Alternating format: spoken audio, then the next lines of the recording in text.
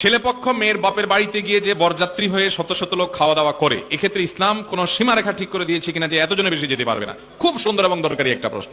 ভাইরা আমার, বিয়ে করতে গিয়ে এই অনাচারটা করেন নাই এমন মায়ের ছেলে এই মজলিসেও খুব কম আছেন।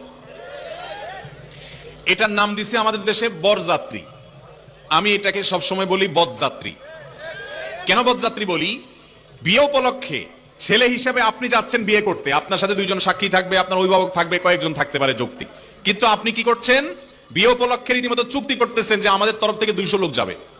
আপনার এলাকায় হয় এগুলা? 300 লোক লাগবে, 500 লোক যাবে, তাদেরকে খাওয়াইতে হবে। কে? মেয়ের বাপ। বিয়ে উপলক্ষে একটা মাত্র খাওয়ান আছে, সে খাবারের আয়োজনটা করবে কে? ছেলে। সে খাবারের নাম কি? ওয়ালিমা। এই ওয়ালিমা খাওয়াবে ছেলে।